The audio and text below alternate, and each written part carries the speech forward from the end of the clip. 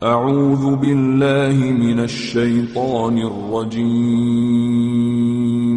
بسم الله الرحمن الرحيم. إن الذين آمنوا والذين هادوا والنصارى والصابئين من آمن بالله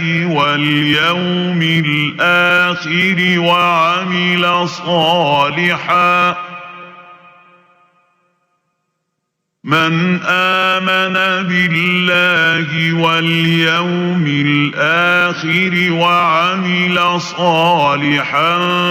فلهم أجرهم عند ربهم ولا خوف عليهم ولا هم يحزنون.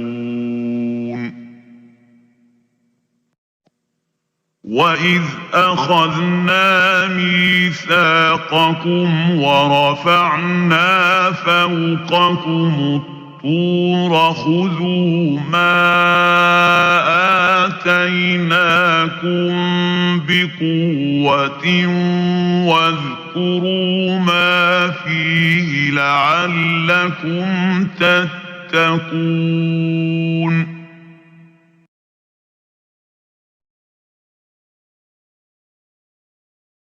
بے شک ایمان والے نیز یہودی اور عیسائی اور ستاروں کی پوجا کرنے والوں میں سے جو بھی سچے دل سے اللہ پر اور آخرت کے دن پر ایمان لے آئے اور نیک کام کرے تو ان کا ثواب ان کے رب کے پاس ہے، اور ان پر نہ کوئی خوف ہوگا اور نہ وہ غمگین ہوں گے۔ اور یاد کرو جب ہم نے تم سے عہد لیا اور تمہارے سروں پر طور پہاڑ کو معلق کر دیا اور کہا کہ مضبوطی سے تھامو اس کتاب کو جو ہم نے تمہیں عطا کی ہے، اور جو کچھ اس میں بیان کیا گیا ہے اسے یاد کرو، اس امید پر کہ تم پرہیزگار بن جاؤ۔ وَإِذْ أَخَذْنَا مِيثَاقَكُمْ، اور یاد کرو جب ہم نے تم سے عہد لیا۔ اس آیت میں یہودیوں سے فرمایا جا رہا ہے کہ وہ وقت یاد کرو جب اللہ تعالیٰ نے بنی اسرائیل سے عہد لیا کہ وہ تورات کو مانیں گے اور اس پر عمل کریں گے، لیکن پھر انہوں نے اس کے احکام کو بوجھ سمجھ کر قبول کرنے سے انکار کر دیا، حالانکہ انہوں نے خود بڑی التجا کر کے حضرت موسیٰ علیہ السلام سے ایسی کتاب کی درخواست کی تھی جس میں قوانین شریعت اور آئین عبادت مفصل مذکور ہوں، اور حضرت موسیٰ علیہ السلام نے ان سے بار بار اس کے قبول کرنے اور اس پر عمل کرنے کا عہد لیا تھا، اور جب وہ کتاب عطا ہوئی تو انہوں نے اسے قبول کرنے سے انکار کر دیا اور عہد پورا نہ کیا۔ جب بنی اسرائیل نے اللہ تعالیٰ سے کیا ہوا عہد توڑا تو حضرت جبرائیل علیہ السلام نے اللہ تعالیٰ کے حکم سے طور پہاڑ کو اٹھا کر ان کے سروں کے اوپر ہوا میں معلق کر دیا، اور حضرت موسیٰ نے ان سے فرمایا تم یا تو عہد قبول کرو ورنہ پہاڑ تم پہ گرا دیا جائے گا اور تم کچل ڈالے جاؤ گے۔ اس میں صورتاً عہد پورا کرنے پر مجبور کرنا پایا جا رہا ہے، لیکن در حقیقت پہاڑ کا سروں پہ معلق کرنا اللہ تعالیٰ کی قدرت کی قوی دلیل ہے، جس سے دلوں کو اطمینان حاصل ہوتا ہے کہ بے شک حضرت موسیٰ علیہ السلام اللہ تعالیٰ کے رسول ہیں اور ان کی اطاعت اللہ تعالیٰ کو مطلوب ہے، اور یہ اطمینان ان کو ماننے اور عہد پورا کرنے کا اصل سبب ہے۔ یاد رہے کہ دین قبول کرنے پر جبر نہیں کیا جا سکتا، البتہ دین قبول کرنے کے بعد اس کے احکامات پر عمل کرنے پر مجبور کیا جائے گا۔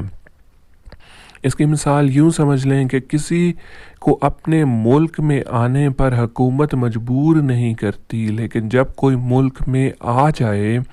تو قانون اس پر نافذ ہوتا ہے۔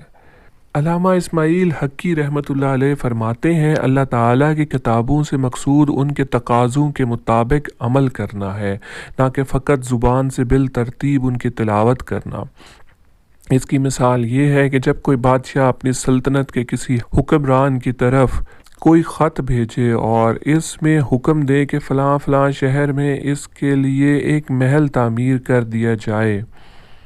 اور جب وہ خط اس حکمران کو پہنچے تو وہ اس میں دیے گئے حکم کے مطابق محل تعمیر نہ کرے، البتہ اس خط کو روزانہ پڑھتا رہے، تو جب بادشاہ وہاں پہنچے گا اور محل نہ پائے گا تو ظاہر ہے کہ وہ حکمران عتاب بلکہ سزا کا مستحق ہوگا، کیونکہ اس نے بادشاہ کا حکم پڑھنے کے باوجود اس پر عمل نہیں کیا۔ تو قرآن پاک بھی اس خط کی طرح ہے جس میں اللہ تعالیٰ نے اپنے بندوں کو حکم دیا کہ وہ دین کے احکامات جیسے نماز، روزہ وغیرہ کی تعمیل کریں، اور بندے فقط قرآن پاک تلاوت کرتے رہیں اور اللہ تعالیٰ کے حکم پر عمل نہ کریں تو اس کا فقط قرآن کی تلاوت کرتے رہنا حقیقی طور پہ فائدہ مند نہیں۔ یہی امام غزالی نے متعدد جگہ ارشاد فرمایا۔ اللہ ہمیں قرآن پڑھنے اور اس پر عمل کرنے کی توفیق عطا فرمائے، آمین۔ صدق اللہ العظیم۔